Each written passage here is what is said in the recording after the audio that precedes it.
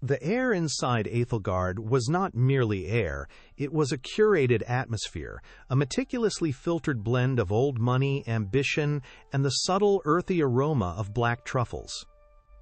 It tasted of power on the tongue. Light did not simply illuminate the room. It dripped from colossal crystal chandeliers, shattering into a million pieces on the gold-plated silverware and the polished surfaces of mahogany tables. Each clink of a fork against porcelain was a delicate, hushed note in a symphony of immense wealth, a sound insulated from the chaotic noise of the city outside. Conversations were murmurs, secrets and stock prices exchanged in low, confidential tones between figures who shaped the world with a signature or a phone call. The staff moved through this gilded sanctuary like ghosts, their purpose to be omnipresent in function, but entirely invisible in form. They were the silent, efficient machinery that made the illusion of effortless perfection possible. Their own lives and stories erased the moment they donned the starched black uniform. This was a stage, and only the patrons were considered actors. Everyone else was merely part of the set dressing, as inanimate and unconsidered as the velvet drapes that swallowed all sound. Clara Evans was a master of this invisibility. Her movements were a study in fluid economy, a ballet of silent service refined over 2 years of navigating this rarefied world. She could refill a water glass without a single ripple disturbing its surface, anticipate the need for a fresh napkin before a thought could form in a diner's mind, and clear a plate with the stealth of a passing shadow. To the titans of industry and finance she served, she was nothing more than a pair of hands, a function, an extension of the restaurant's will. But beneath this veneer of professional subservience, a different mind was always at work, a mind that was anything but silent. It was a forensic laboratory, a place of relentless observation and analysis. As she poured a 1982 Chateau Margaux for a hedge fund manager, her mind wasn't on the wine's vintage. It was cataloging the faint trace of saffron on his cuff, the specific wear pattern on his leather watchband, the microscopic fiber of what looked like cashmere from a brand not sold in the United States. She saw the world not as people and objects, but as a constant, silent exchange of trace evidence, a crime scene waiting to be read. This dual existence was her penance and her shield. Every $500 bottle of wine she poured, every Wagyu steak she served, was a painful, visceral reminder of the life that had been stolen from her. The numbers ran through her head on an endless loop, a grim accounting of her reality. The base salary plus tips averaged around $80,000 a year, a fortune for some, but a pittance against the mountain of debt she faced. Her father's medical care was a relentless beast, consuming over $12,000 each month for the specialized physical therapy and round-the-clock assistance he required. The image of her father, a man who had once built a thriving manufacturing business with his own 2 hands, now confined to a wheelchair, his speech slurred and his right side paralyzed from a massive stroke, was the fuel that burned away her exhaustion. He was the reason she endured the condescending glances and the casual cruelty of the patrons. He was the reason she had abandoned her path to the FBI, trading a future of dissecting crime scenes for one of clearing crumbs from damask tablecloths. The irony was a bitter pill she swallowed daily. She served the very architects of the system that had broken him, the kind of man who saw his life's work as nothing more than an asset to be stripped and sold for parts. This is a story you won't want to miss. Before we dive in, let us know where you're watching from in the comments below. We love seeing our global audience. And if you enjoy stories where justice is served, make sure you're subscribed. Her past felt like a different lifetime, a memory belonging to someone else. She could still feel the cool, sterile air of the university's forensic science lab, the satisfying weight of the comparison microscope's focus knob under her fingers. She had been the program's prodigy, the student whose intuitive grasp of material transfer and fracture pattern analysis had left her professors in awe. Her mind had a unique gift for seeing the narrative in the microscopic, for reconstructing a story from a chip of paint or a shard of glass. That brilliant, promising future had shattered 5 years ago. The day Thorn Capital, a private equity firm known for its brutal efficiency, executed a hostile takeover of Evans Manufacturing. They had leveraged the company into oblivion, saddling it with insurmountable debt before carving it up and selling it off piece by piece. The official report called it a, quote, strategic restructuring. Clara called it a corporate murder, and the shock of seeing his legacy dismantled had sent a clot to her father's brain, silencing his protests forever. The arrival of Julian Thorn changed the restaurant's gravitational field. A hush did not fall, but the existing quiet deepened, becoming heavier, more deferential. He moved through the space not as a guest, but as a monarch, inspecting his domain. He was a man sculpted from arrogance, his bespoke suit fitting his frame with a precision that seemed to defy the very concept of fabric. His face was a mask of bored superiority, his eyes sweeping across the room and dismissing everything they saw. The maître d', a man who regularly greeted senators and celebrities with unflappable poise, seemed to shrink in Thorn's presence, his posture becoming almost apologetic. Thorn didn't follow him to the best table in the house. He led, his path clearing as if by an invisible force. He was the apex predator in an ecosystem of predators, the silent acknowledgement of his supreme power rippling through the room. Clara felt a familiar coldness settle in her stomach, the same feeling she got whenever one of these titans entered, a chilling recognition of the casual power that had destroyed her family.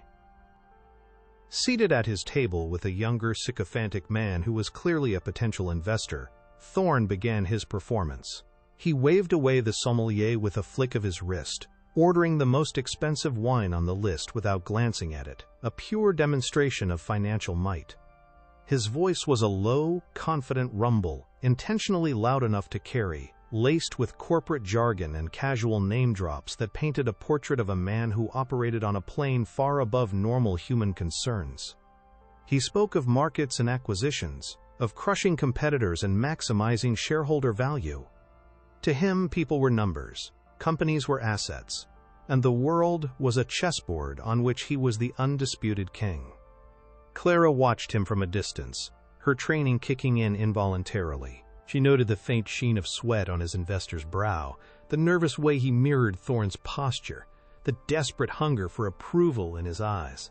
And she noted Thorn himself, a man so insulated by wealth that he had lost all sense of human connection, seeing the world and everyone in it as either a tool or an obstacle. The moment arrived with the quiet, mundane act of pouring water. As Clara leaned forward, her movements practiced and unobtrusive, a sudden, vice-like grip locked around her wrist. It was Julian Thorn. He hadn't looked at her, hadn't even acknowledged her presence as a person.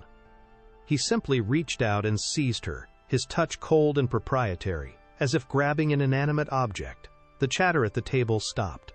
The investor looked on, a confused and uncomfortable expression on his face. Thorn wasn't looking at Clara. He was using her, turning her into a prop for his lesson. The entire restaurant seemed to hold its breath, the delicate symphony of wealth momentarily silenced by this raw, unexpected display of dominance. For a split second, all Clara could feel was the shock of the violation, the pressure of his fingers digging into her skin, a stark, physical reminder of her powerlessness in this world he commanded so effortlessly. He held her arm aloft, forcing her hand into the light between him and his guest, a gesture of profound contempt. "See this?" he said, his voice dripping with condescension as he tapped a manicured finger on the face of her simple, $10 watch. The leather strap was worn, the crystal face minutely scratched from years of wear. It had been a gift from her father, from before the stroke, before their world had crumbled. "Worthless," Thorn sneered, his lip curling. "No history, no craftsmanship. It tells time, but it says nothing." He then released her wrist with a dismissive shove and pulled back his own cuff, revealing a Patek Philippe Grandmaster chime, a $500,000 monument of platinum and intricate machinery. He angled it so the light caught its surface, a miniature galaxy of gears and dials gleaming under the crystal. "This," he declared, his voice booming with self-satisfaction, "is real value. This is power. This is a statement that you have not only won the game, but that you own the board." The public humiliation was a physical blow, and for a heartbeat the world tilted, the air leaving her lungs. But as he spoke, something inside Clara shifted. The heat of shame was instantly extinguished by a wave of ice-cold fury.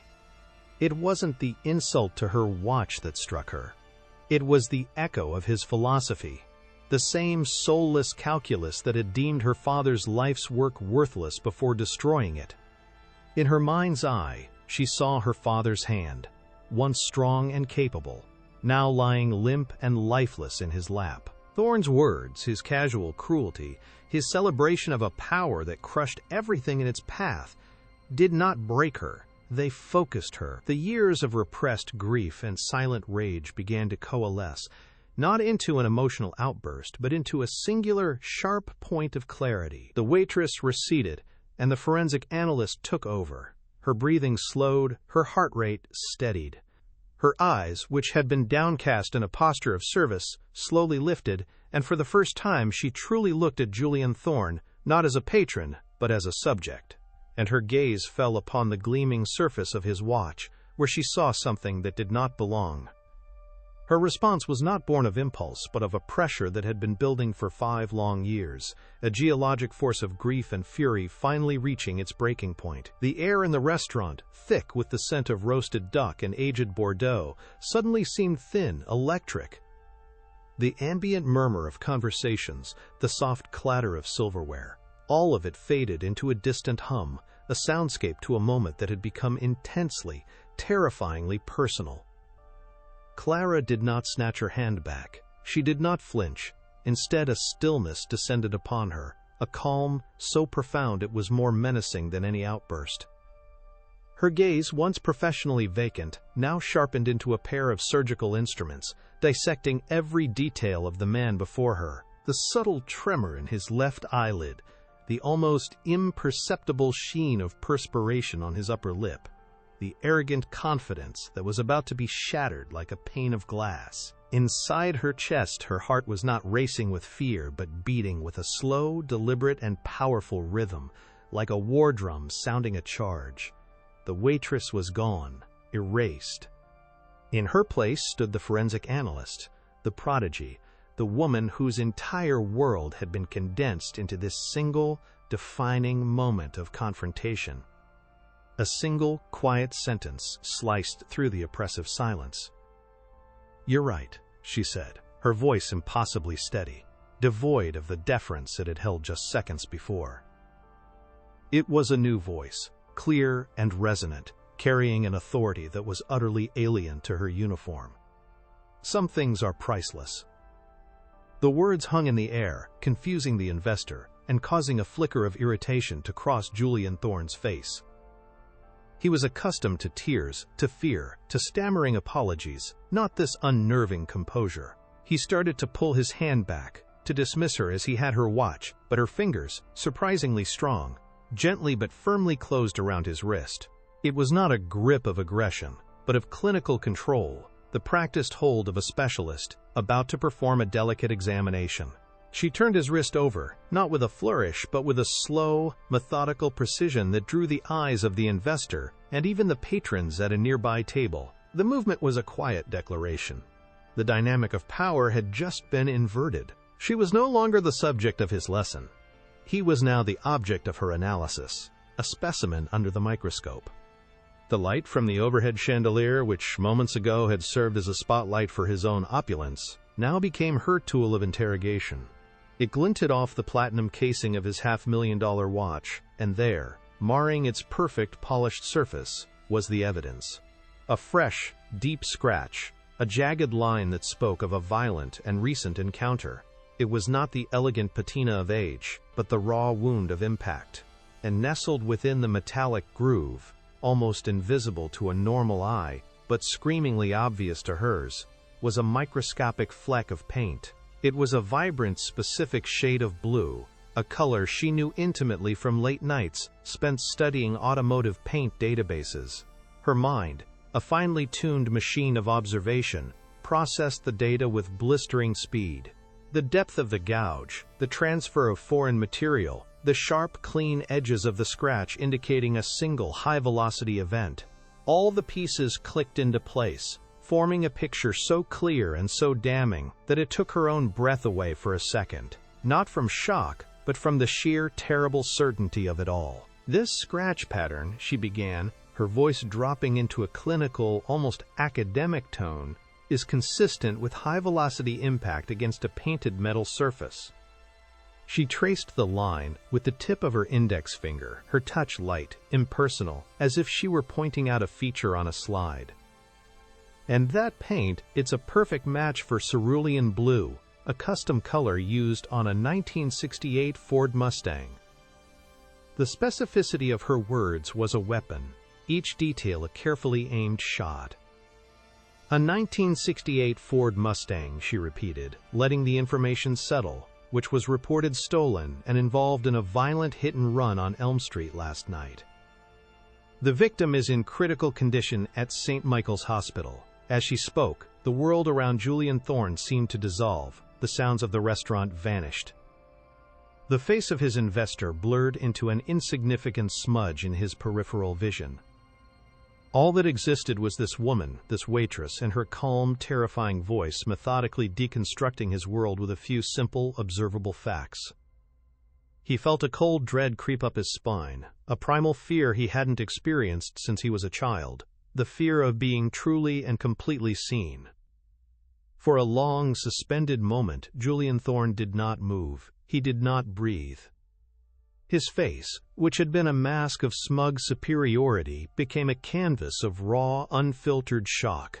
The blood drained from it, leaving behind a waxy, pale sheen. His eyes, usually sharp and dismissive, were now wide, fixed on her face, searching for a hint of a lie, a crack in her composure, but finding only the unwavering certainty of a scientist stating an immutable fact.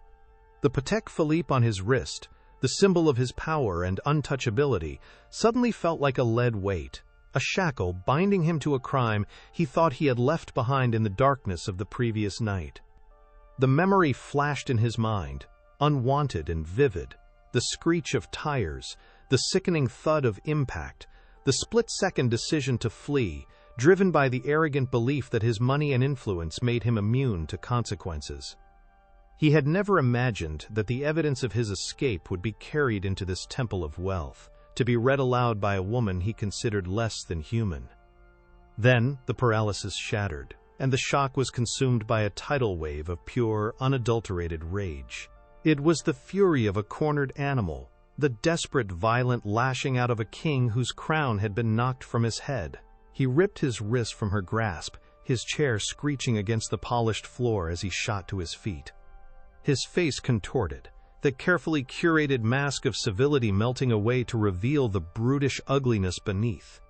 "You're insane," he hissed, his voice a low, venomous snarl that turned heads across the dining room. "Absolutely delusional." He pointed a trembling finger at her, his entire body shaking with a mixture of fear and fury. He was no longer trying to impress his guest. He was fighting for his survival, using the only weapons he knew: intimidation and brute force. This is harassment. This is slander. He was building a wall of words trying to bury her accusation under the sheer volume of his outrage, hoping to discredit her before the poison of her words could spread any further. He didn't wait for a response. He spun around, pulling a phone from his pocket with frantic, clumsy movements. His thumb jabbed at the screen, his face a mask of apoplectic fury.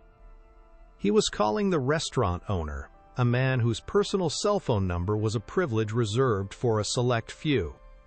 The investor at the table looked on, horrified, a deer caught in the headlights of a social catastrophe far beyond his comprehension. He wanted to disappear, to melt into the expensive upholstery of his chair. Thorne began to shout into the phone, his voice echoing through the now silent restaurant. "I don't care what you're doing. Get down here now. There's a lunatic on your staff accusing me of unspeakable things. I want her gone. Not tomorrow. Not in an hour. Now. Do you understand me? Fired. Out." The raw, naked display of power was obscene. A temper tantrum of a man used to getting everything he wanted. A man for whom people were disposable inconveniences to be swept aside at his slightest whim. The restaurant manager, a man named Dubois, who prided himself on his unflappable demeanor, appeared almost instantly, his face pale and beaded with sweat. He had clearly been on the receiving end of Thorne's telephone tirade and moved with the panicked urgency of someone trying to contain a chemical spill. He rushed to the table, his eyes darting between Thorne's furious face and Clara's calm, resolute expression. "Mr. Thorne, sir, I am so terribly sorry," he began, his voice a torrent of placating apologies. "Please, allow me to handle this." He turned to Clara, his expression a mixture of fear and regret. He knew her as a model employee, efficient, quiet, professional. He could not comprehend what had just happened, but it didn't matter. Julian Thorne was not just a customer. He was an institution, a financial pillar, whose patronage was worth more than the salaries of his entire staff combined. There was no choice to be made, no investigation to be had. There was only the swift and brutal execution of Thorne's command. "Clara," he said, his voice barely a whisper, his eyes refusing to meet hers. "Pack your things. Your employment here is terminated, effective immediately." The words were simple, clinical, an administrative execution. He gestured to a nearby security guard, a large, stoic man who had been observing the scene from a distance. "Please escort Ms. Evans from the premises." The finality of the moment was absolute. There was no appeal, no chance to explain, no severance. In the world of Julian Thorne, justice was swift and unilateral. As the guard approached, a low murmur rippled through the restaurant. The patrons, who had been watching the drama unfold with a mixture of shock and morbid curiosity, now looked away, suddenly intensely interested in their meals or their wine glasses. They were complicit in their silence, silent witnesses to the casual execution of a person's livelihood, an unspoken agreement that the powerful must be appeased, no matter the cost to the powerless. The walk from the table to the staff entrance felt like a mile. Each step was a small eternity, taken under the weight of dozens of unseen stares. The security guard walked beside her, not touching her, but his presence was a clear and humiliating statement. She was now a threat, a contaminant being purged from this sterile environment. Clara kept her head held high, her back straight. She would not give them the satisfaction of seeing her break. She could feel Thorne's eyes burning into her back, a look of triumphant hatred. He had won. He had silenced her, expelled her, reasserted his dominance. But as she walked, a cold, hard clarity settled in her soul. He had not silenced her, he had unshackled her. He had taken her job, her invisibility, the very things that had kept her trapped in a cycle of silent endurance. He thought he was ending a threat, but he had just created an enemy, and he had armed her with a purpose more powerful than any she had ever known before. The heavy kitchen door swung shut behind her, the muffled sounds of the opulent dining room replaced by the clatter of pots and the hiss of the grill. For a moment, she just stood there in the narrow, chaotic hallway, the smell of grease and disinfectant filling her lungs. Her co-workers averted their eyes, whispering amongst themselves, already distancing themselves from the contagion of her dismissal. She walked to her small locker, her movements stiff and automatic. She pulled out her worn coat and a small, tattered paperback, the only personal effects she kept there. The reality of her situation began to seep in, cold and sharp. No job, no income. The mountain of her father's medical bills loomed before her, an impassable peak. A wave of dizziness washed over her, the adrenaline of the confrontation draining away, leaving behind a hollow, terrifying emptiness. For a single agonizing moment, despair threatened to swallow her whole. She pushed through the back alley door and stepped out into the cold night air. The city was a cacophony of sirens, horns, and distant music, a world away from the hushed sanctuary she had just been exiled from. The raw, indifferent energy of the street was a slap in the face, a brutal reminder of her new reality. She leaned against the cold brick wall, the rough texture grounding her. She thought of her father, of his quiet, dignified suffering. She thought of the years she had spent serving men like Thorne, swallowing her pride, burying her grief, all for the sake of survival. She had played by the rules of a game that was rigged against her, and she had lost. Tears welled in her eyes, hot and bitter, not of self-pity, but of a profound and righteous anger. The injustice of it all was a physical weight, pressing down on her chest, making it hard to breathe. It was the same injustice that had crushed her father's company, the same injustice that had left a good man fighting for his life in a hospital bed. And then, through the haze of her despair, a new thought began to form, sharp and clear as a shard of glass. Thorne had made a mistake. His fatal error wasn't the hit and run itself, but the arrogance that followed. He had grabbed her wrist. He had insulted her. He had underestimated her. He had looked at a waitress and seen nothing more, blind to the forensic scientist lurking just beneath the surface. He believed he had erased her, but he had only managed to focus her rage into a weapon.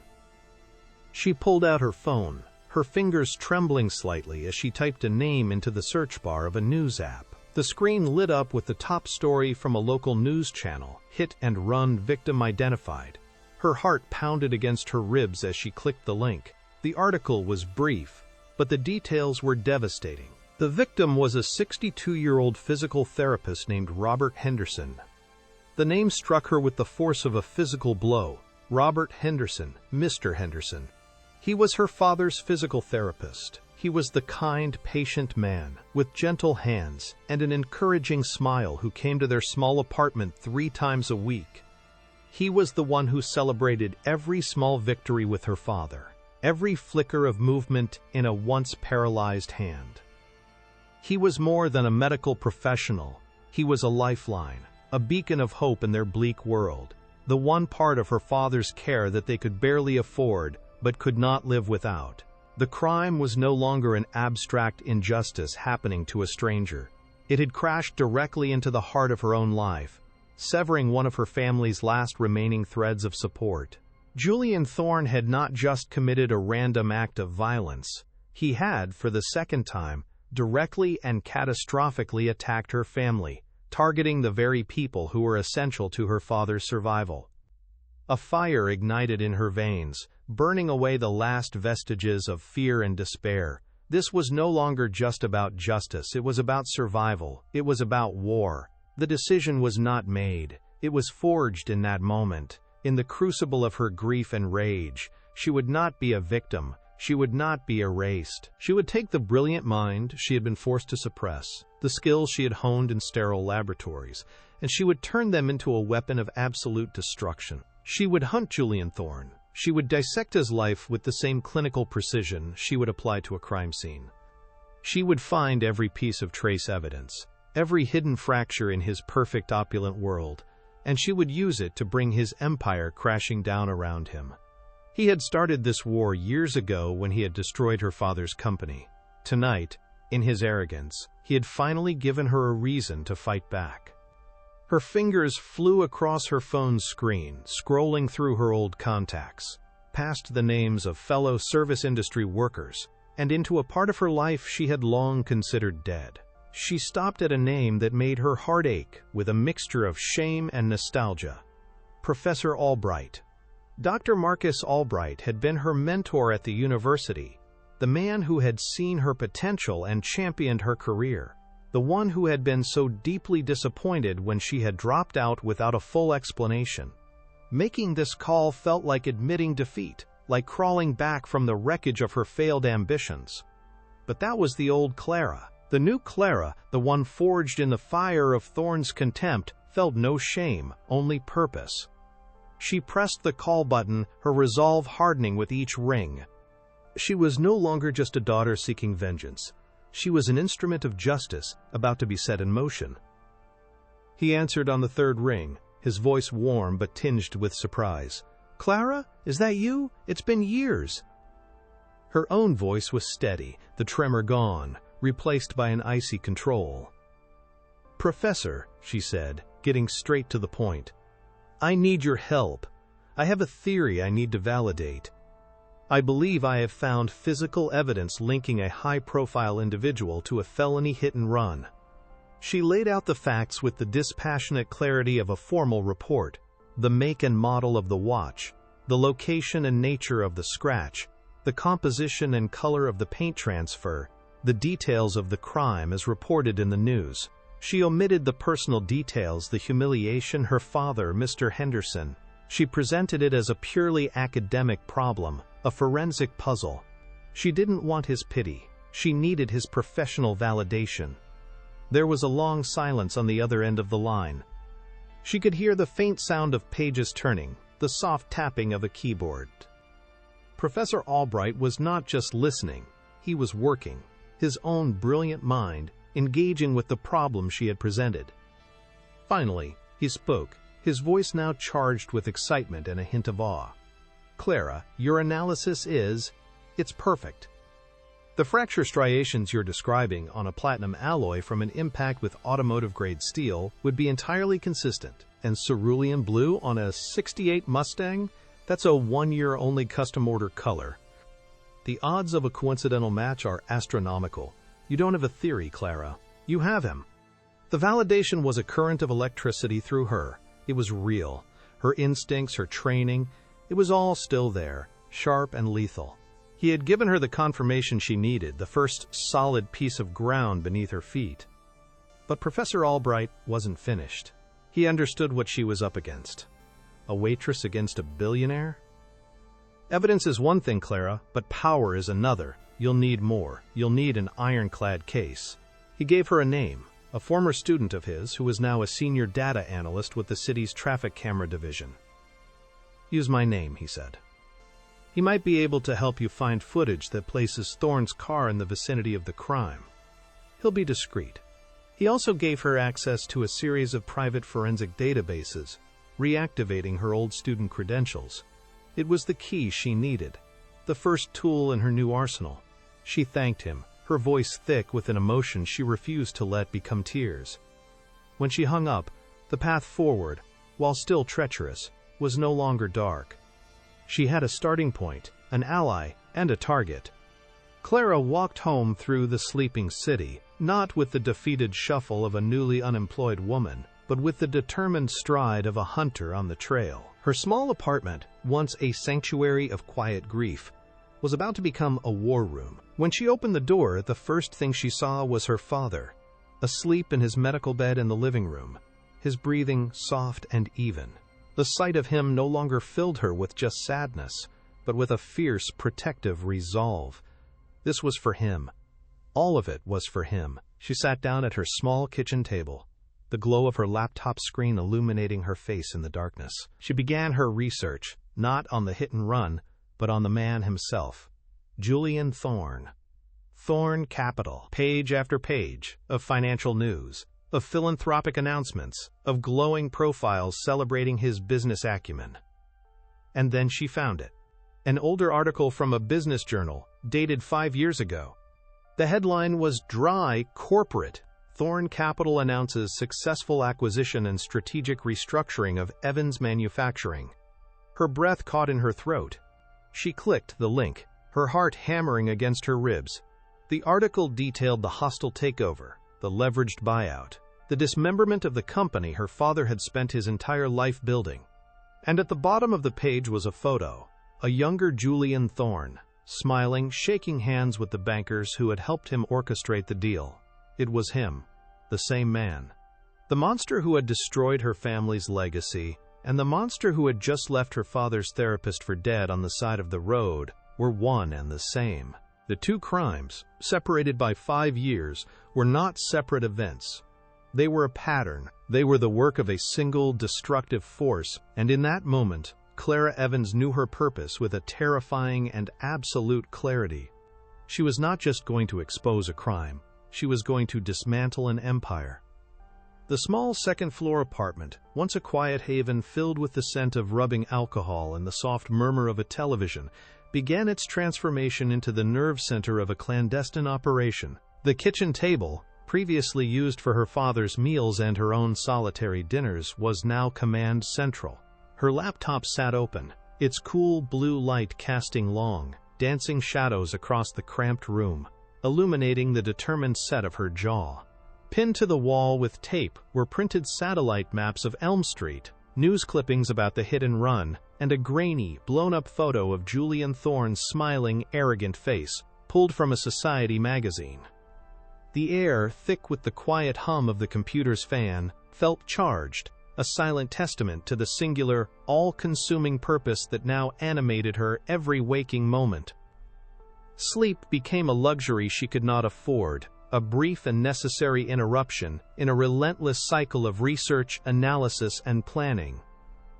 Coffee, black and bitter, replaced food as her primary source of fuel, each cup a small, hot dose of manufactured energy that pushed back the encroaching fog of exhaustion. She moved with a quiet, focused intensity, a predator who had found her prey and was now methodically, patiently, and inexorably closing the distance. Her first call was to the name Professor Albright had given her, Daniel Park, a data analyst in the city's traffic management division. She dialed the number with a hand that was surprisingly steady, the cold plastic of the phone a grounding presence. The voice that answered was laced with the weary indifference of a career bureaucrat, a man who had heard every possible story and was impressed by none of them. Clara didn't waste time with pleasantries or a lengthy explanation. She immediately invoked Professor Albright's name, a key turning a lock, and then launched into a precise, clinical request.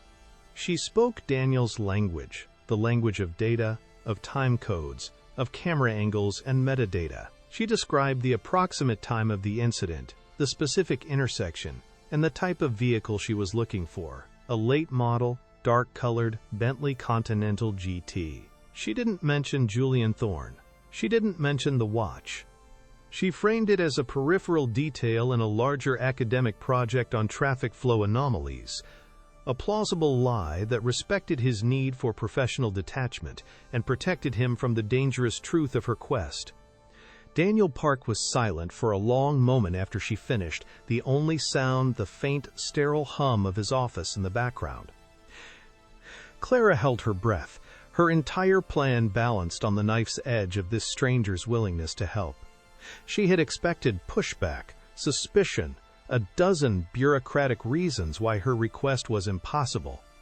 Instead, she heard a slow, impressed whistle. "You were one of Albright's, huh?" he said, the boredom in his voice replaced by a grudging respect. He always did have the sharpest ones. "You know the exact server protocols you need me to query, don't you?" He wasn't just agreeing to help, he was acknowledging her expertise, seeing past the fabricated story to the professional mind behind it. He recognized her as a peer.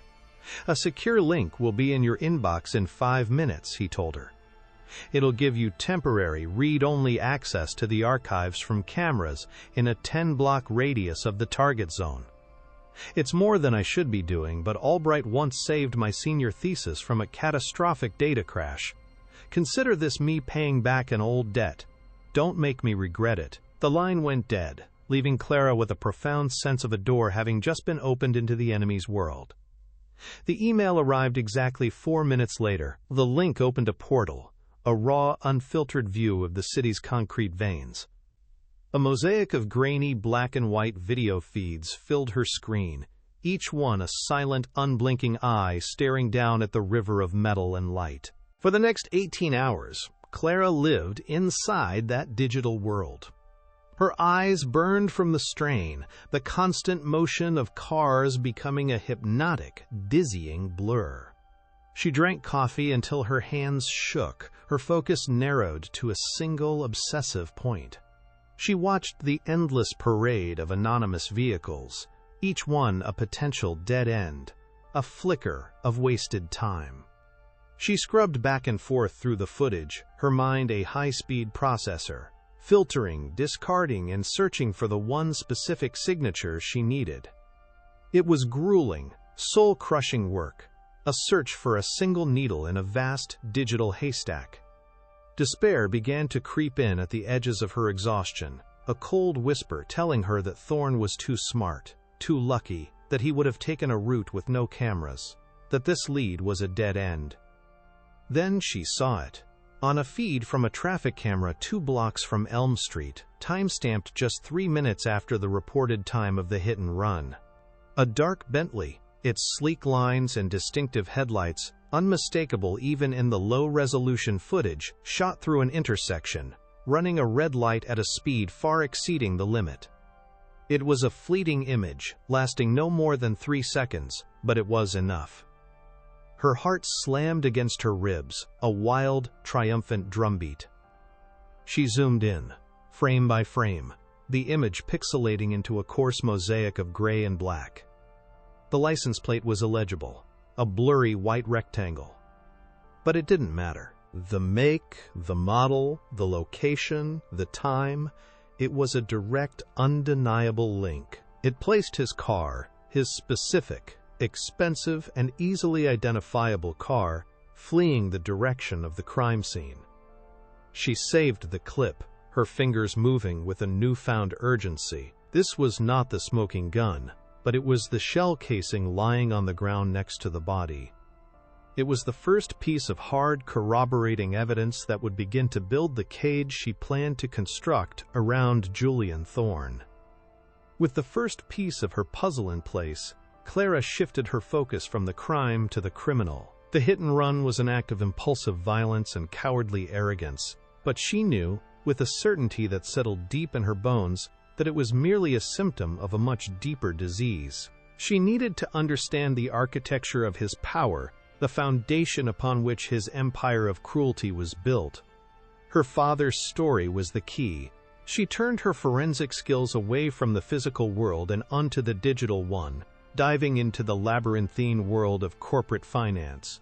Professor Albright's reactivated credentials gave her access to university business archives, databases of SEC filings, and journals that were hidden behind prohibitive paywalls.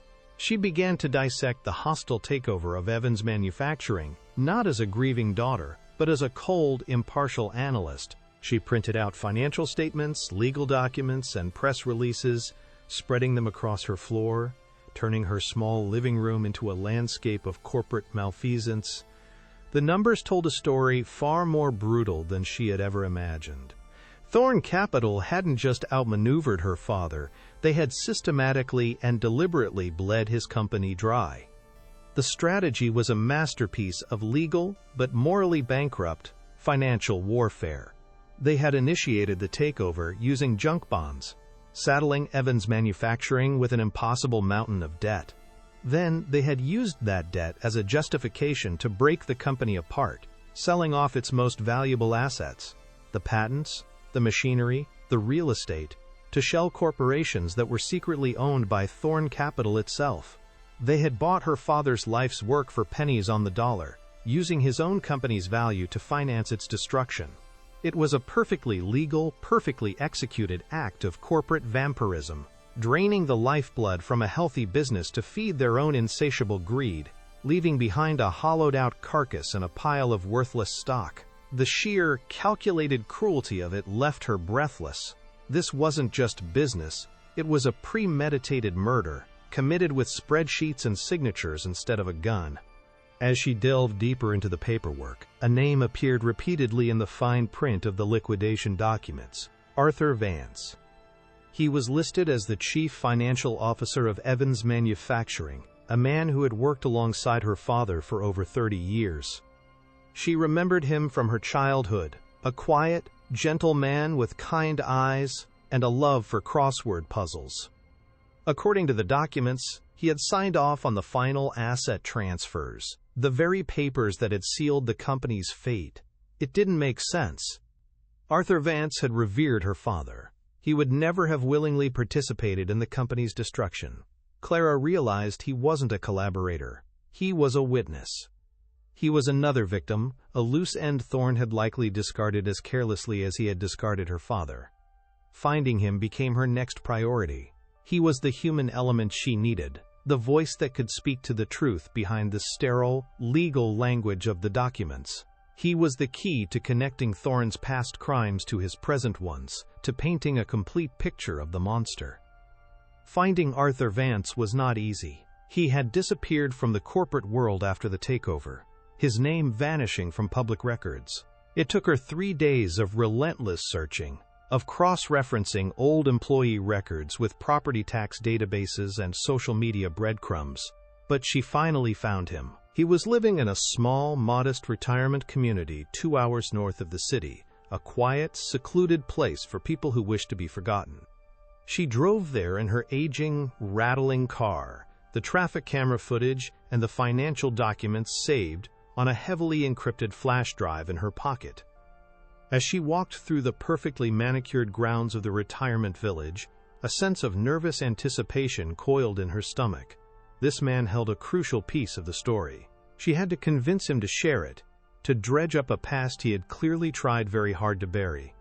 She was asking him to face the ghost that had haunted his own life for the past 5 years. Arthur Vance had aged more than 5 years.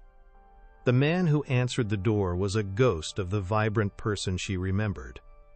His shoulders were slumped, his eyes were clouded with a permanent, weary sadness, and his hands trembled slightly as he held a half-finished cup of tea. When he saw her, a flicker of recognition, followed swiftly by a wave of deep, profound shame, washed over his face. "Clara," he whispered, his voice raspy with disuse. He ushered her inside, into a small, meticulously tidy apartment filled with books and the scent of lemon polish. He seemed to know why she was there before she even spoke a word. The ghost of Evans Manufacturing hung in the air between them, an unspoken tragedy that had defined both of their lives. He looked like a man who had been carrying a heavy, invisible weight for a very long time, and her arrival was the moment he had always dreaded and, perhaps, secretly hoped for. She didn't start with accusations. She started with empathy. She told him about her father, about his condition, about the endless struggle to pay for his care. She told him about her job at the restaurant, about the daily humiliation of serving the very men who had orchestrated their ruin. She spoke quietly, laying out the pieces of her broken life, not for pity, but to build a bridge of shared experience between them. She was showing him that he was not the only one who had been left behind in the wreckage. As she spoke, she saw the walls he had built around himself begin to crumble. The shame in his eyes softened into a shared grief. He had lived with his silence for 5 years, convinced that he was alone in his knowledge, alone in his powerlessness. Her presence, her story, was a stark reminder that the consequences of Thorne's actions were still echoing, still causing pain, still destroying lives.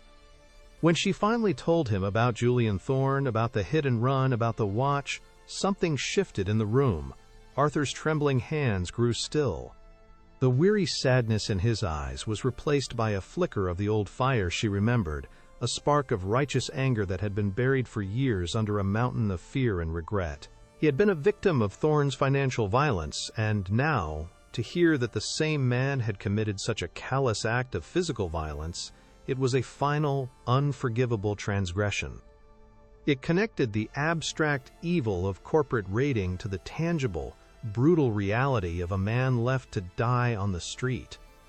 It was the catalyst he needed to finally break his long, painful silence. He looked at Clara, truly looked at her, and saw not just the daughter of his old friend, but a vessel for a justice he had long ago given up on. He stood up and walked to an old, locked filing cabinet in the corner of the room. He fumbled with the key, his hands shaking again, but this time with purpose, not fear. He pulled out a dusty, forgotten accordion file, its contents yellowed with age. "This is everything," he said, his voice low and firm. "This is my insurance policy. The one I was always too afraid to use." He opened the file on the coffee table between them. Inside was a collection of documents he had secretly copied before he was forced out of the company. There were internal emails, memos, and unsigned financial directives, all originating from Julian Thorne's personal office. They were the missing pieces, the irrefutable proof that went beyond what was publicly filed. The documents laid out, In Thorne's own arrogant words, the entire criminal conspiracy, the plan to use shell corporations, the instructions to undervalue assets, the explicit order to cook the books in a way that would trigger a default on their loans, forcing her father's hand. It was the smoking gun. It proved that the takeover of Evans Manufacturing was not just an aggressive business tactic, it was a felony. It was wire fraud, securities fraud, and racketeering, all orchestrated from the top by Julian Thorne himself. Arthur Vance had been forced to execute the final transactions, threatened with financial ruin and legal action if he refused. He had been the gun, but Thorne had been the one pulling the trigger. The evidence was damning, a meticulously documented account of a corporate assassination. It was more than Clara could have ever hoped for. She now had proof of a pattern of criminal behavior that spanned years, connecting the reckless violence of a hit-and-run to the cold, calculated violence of a corporate takeover. She had the means to destroy Julian Thorne not just for what he did last night, but for what he did 5 years ago. Clara spent hours with Arthur, carefully scanning each document onto her encrypted flash drive. He walked her through every detail, his memory sharp and clear now that the dam of his silence had broken. He explained the complex financial maneuvers, deciphered the coded language in the emails, and identified the other key players Thorne had used to execute his plan. As he spoke, the weight of the years seemed to fall from his shoulders. He was no longer just a victim, he was a key witness, an active participant in the fight for justice. By the time Clara left his apartment, the sun was setting, casting long, golden rays across the peaceful landscape of the retirement community. She carried with her not just a collection of files, but the full weight of Julian Thorne's past, a weapon forged in the fires of his own greed and arrogance. The hunt for evidence was over. The time for preparation had begun. The drive back to the city was different. She was no longer just a woman seeking justice for a single crime. She was the custodian of a much larger truth, the architect of a plan that would need to be as flawless and as ruthless as the man she was targeting. Her mind was a whirlwind of strategy, piecing together the narrative, arranging the evidence in a sequence that would be both legally irrefutable and emotionally devastating. She had the traffic footage placing him at the scene. She had her own expert forensic analysis of the watch, which could be corroborated by any competent lab. And now, she had the internal documents proving a long history of criminal fraud, establishing a clear pattern of behavior that demonstrated his utter disregard for the law and for human life. She possessed the means to dismantle his reputation, his company, and his freedom, all at once. Back in her apartment, the war room took on a new intensity. The wall was no longer just a collection of clues, it was the storyboard for Thorne's downfall. She began to outline her attack. A quiet tip to the police was not enough. Thorne's wealth and influence could bury a quiet investigation in legal motions and backroom deals for years. Justice for a man like Thorne could not be delivered in a quiet courtroom. It had to be a public execution, a spectacle so grand and so undeniable that he would have no place to run, no corner of his gilded world left to hide in. She needed a stage, a spotlight, and an audience he could not control. Her research shifted from his past crimes to his future schedule. She scoured press releases, news articles, and society blogs, searching for the perfect venue for her final confrontation. And then she found it. In 2 weeks, Julian Thorne was scheduled to be the keynote speaker at the annual Future of Finance Gala, a major press event where he was set to announce a new, multi-billion-dollar philanthropic initiative aimed at supporting small businesses. The irony was so profound, so sickeningly perfect, that it felt like a gift from the universe. He was going to stand on a stage in front of the world's most influential media outlets and present himself as a savior of the very kind of people he had built his empire by destroying. He was going to deliver his own eulogy without even knowing it. This was the stage. This was the moment. She would use his own arrogance, his own need for public adoration, as the very weapon that would bring him to his knees. The plan began to crystallize in her mind, sharp, clear, and absolutely terrifying in its audacity. The final days leading up to the gala were a blur of meticulous preparation. Clara transformed herself. She used a small portion of her dwindling savings to buy a simple but professional-looking blazer and a pair of sensible heels. She spent hours in the public library, using their high-speed printers to create a flawless press kit, complete with copies of the most damning financial documents, stills from the traffic camera footage, and a concise, one-page summary of her forensic analysis of the watch. She crafted a fake identity, a freelance journalist working on a deep-dive piece about Thorn Capital, and registered for a press pass to the event. Every detail was planned, every contingency considered.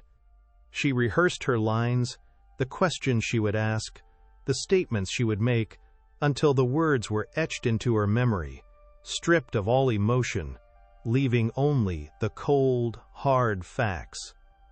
She was no longer Clara Evans, the waitress, the grieving daughter. She was an instrument of justice, honed to a razor's edge, waiting for the perfect moment to strike.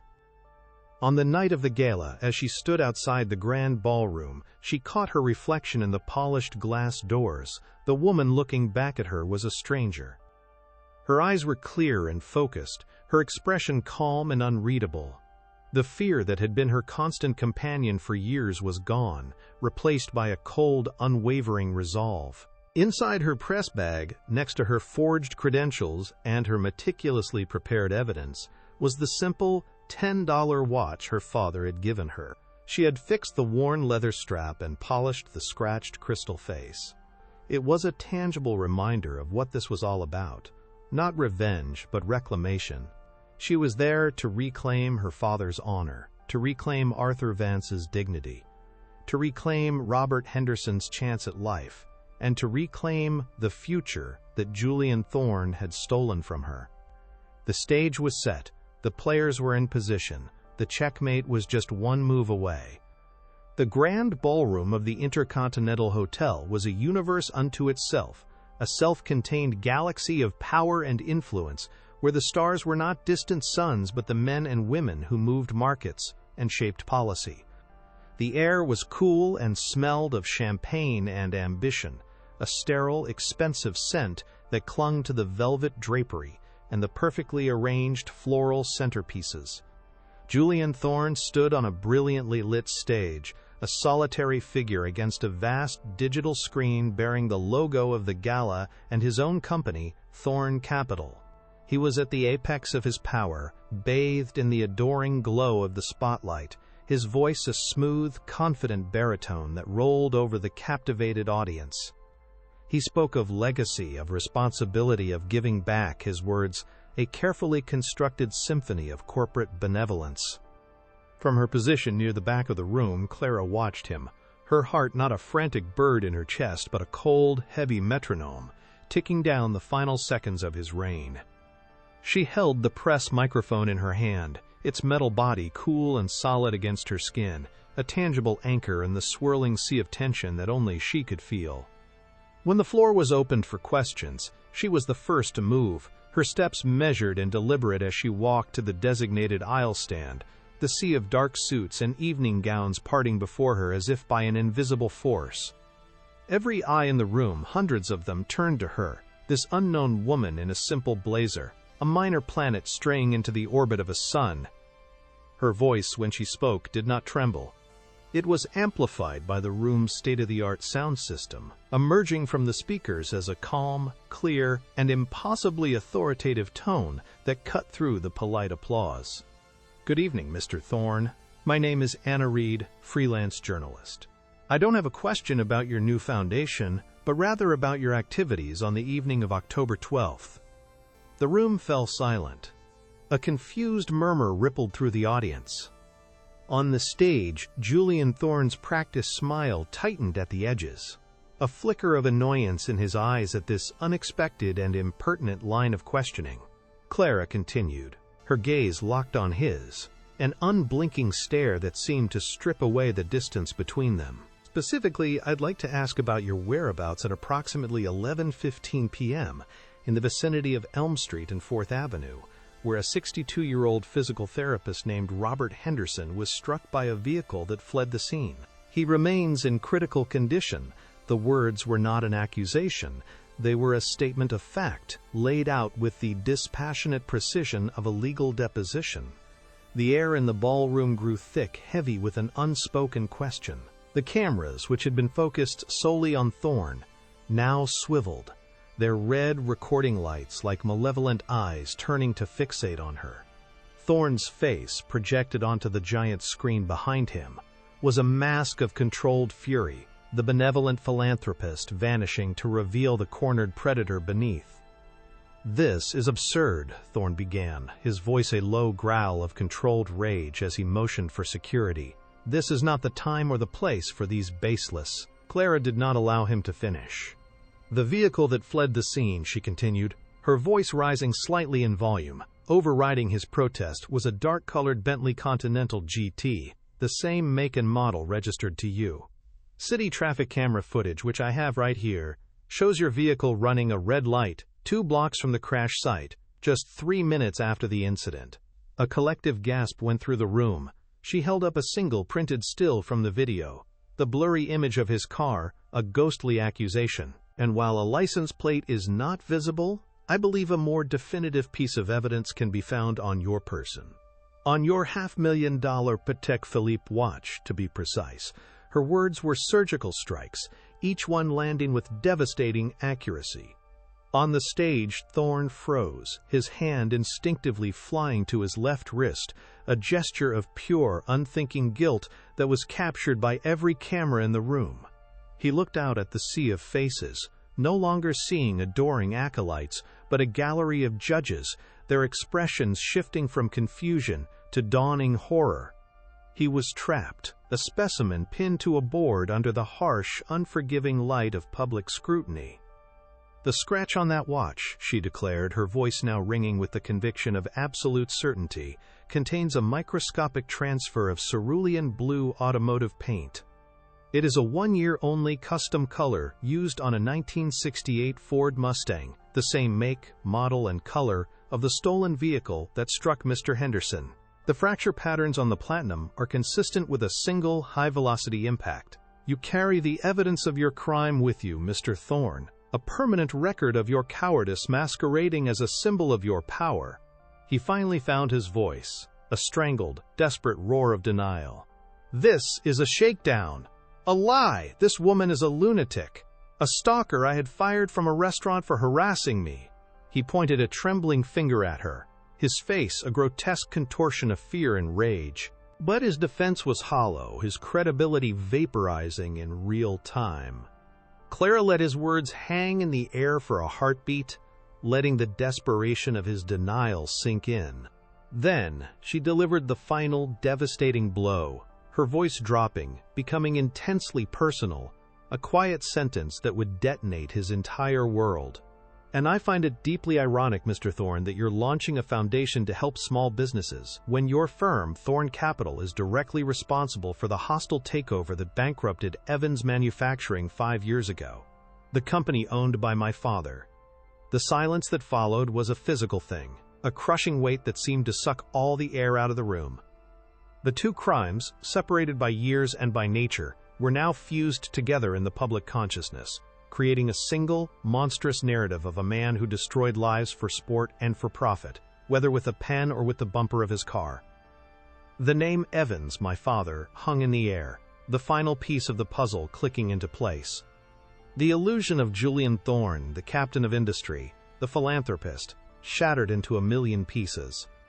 The sound that broke the silence was not a voice, but the sudden, blinding explosion of 100 camera flashes, a relentless, percussive assault of light. Reporters were on their feet, shouting, their voices a chaotic wall of sound. Questions were hurled like stones. "Is it true, Mr. Thorne? Did you bankrupt her father? Were you driving the car?" The live broadcast was no longer a polished corporate event. It had become the public execution of a titan, and the world was watching. On the stage, Julian Thorne was a man utterly broken. He stumbled backward, his face ashen, his eyes wide with the sheer, uncomprehending terror of a god who had just discovered he was mortal. The logos on the screen behind him, his own name, his own company, seemed to mock him, symbols of an empire that was already turning to ash. Security guards finally began to push their way toward Clara, but they were too late. The story was out, a virus released into the global bloodstream of information.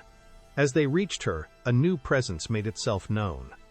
Two uniformed police detectives, who had been discreetly positioned at the back of the room after an anonymous tip, began to advance down the center aisle, their movements calm, purposeful, and unstoppable.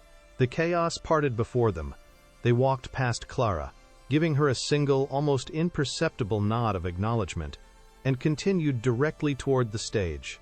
The sight of them, of their badges and their grim, determined faces, was the final nail in the coffin.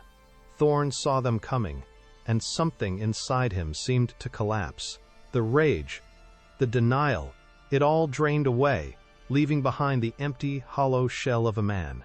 They ascended the stage, the heavy tread of their shoes echoing in the suddenly quiet ballroom. They flanked him, and the lead detective spoke, his voice clear and unamplified but carrying to every corner of the room. "Julian Thorne, you are under arrest for suspicion of felony hit-and-run and leaving the scene of an accident." The click of the handcuffs as they closed around his wrists was the loudest sound Clara had ever heard. It was the sound of justice, of a debt finally being paid, of a world, for one brief, perfect moment, being set right again. Type "justice" in the comments if you got chills when Clara finally exposed the truth. The aftermath was a tidal wave. The story of the gala, of the waitress who single-handedly brought down a billionaire, became an international sensation. News cycles were dominated by her image and the damning footage of Thorne's public implosion. Thorne Capital stock plummeted into freefall, its value evaporating in a matter of hours as investors and partners fled the sinking ship like rats. The ensuing police investigation, bolstered by the evidence Clara had gathered and Arthur Vance's courageous testimony, uncovered the full extent of Thorne's financial crimes, adding charges of fraud and racketeering to his legal woes. His empire, built on a foundation of intimidation and greed, crumbled under the weight of his own arrogance. A few days later, sitting in her small apartment, watching the news reports with a sense of numb disbelief, Clara's phone rang. It was the district attorney for the city, a woman known for her aggressive prosecution of white-collar criminals. "I saw what you did," the DA said, her voice filled with a professional respect that Clara had never known. "That wasn't just courage, Ms. Evans. That was brilliance. The precision of your investigation, the way you built your case. I have a place for a mind like yours." She offered Clara a position as a special investigator in the Economic Crimes Unit, a chance to use the skills she had been forced to suppress to fight against men just like Julian Thorne. 1 year later, Clara Evans walked through the marble lobby of the district attorney's office, her heels clicking with a confident rhythm on the polished floor. She no longer wore the invisible uniform of a waitress, but the quiet authority of a tailored suit. In her hand, she carried a briefcase containing the preliminary findings on a new case, a complex web of insider trading and corporate fraud. She passed a television in the lobby, which was playing a retrospective on the Thorne Capital collapse, showing a haggard, defeated Julian Thorne being led into a courthouse for his sentencing. She felt nothing, no triumph, no hatred, only a quiet, profound sense of closure. Her work was not about him anymore. It was about all the other fathers, the other families, whose lives were treated as collateral damage in the boardrooms of the powerful. She had found her true purpose not in revenge, but in justice. Her father was now in a state-of-the-art care facility, his future secure. Robert Henderson was slowly, miraculously recovering. She was no longer a victim of a broken system, but one of its most dedicated and effective mechanics, working every day to repair it from the inside. Her father had taught her to build things with integrity. Julian Thorne had taught her how to tear down things that were built on lies. It was a lesson she would carry with her for the rest of her life, a silent promise to a past she had honored and a future she had reclaimed. If Clara Evans's incredible journey from underdog to powerhouse inspired you, show your support by hitting that like button and sharing this story with someone who needs to see it. And for more unforgettable stories of justice and empowerment, don't forget to subscribe and ring the notification bell.